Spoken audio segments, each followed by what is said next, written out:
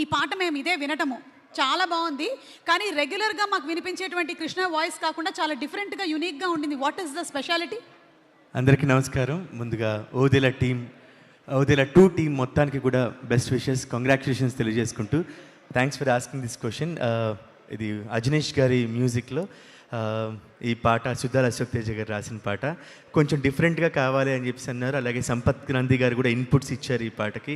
దీని ముందు సిచ్యువేషన్ ఎలా వస్తుందని చెప్పి ఒక ఊరి గురించి అందరూ ఎంత సంబరంగా పాడుకునే పాట అని చెప్పారనమాట. సో సంపత్ నంది గారి ఇన్పుట్స్ అలాగే అజనీష్ గారి మ్యూజిక్ టోటల్గా ఈ పాటని పాడే అవకాశం నాకు కల్పించింది. సో ఈ సందర్భంగా సంపత్ నంది గారికి, అజనీష్ గారికి, రాసిన సుద్దాల అశోక్ తేజ గారికి నా థ్యాంక్స్ తెలియజేసుకుంటున్నాను.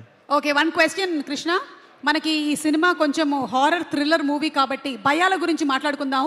మీకు ఏమంటే భయం? ఏ చీకటి, బి మీ ఆవిడ. చీకటి అంటే అసలు భయమే ఉండదు, కానీ కాబట్టి అర్థం చేసుకోండి. ఆవిడంటేనే భయం అంతేగా, అందరికీ ఆ మాత్రం ఉండాలండి. అంతే. Okay, thank you so much. Thank you Krishna. ఒక లైన్ ఏమైనా మా కోసం జస్ట్. తప్పకుండా.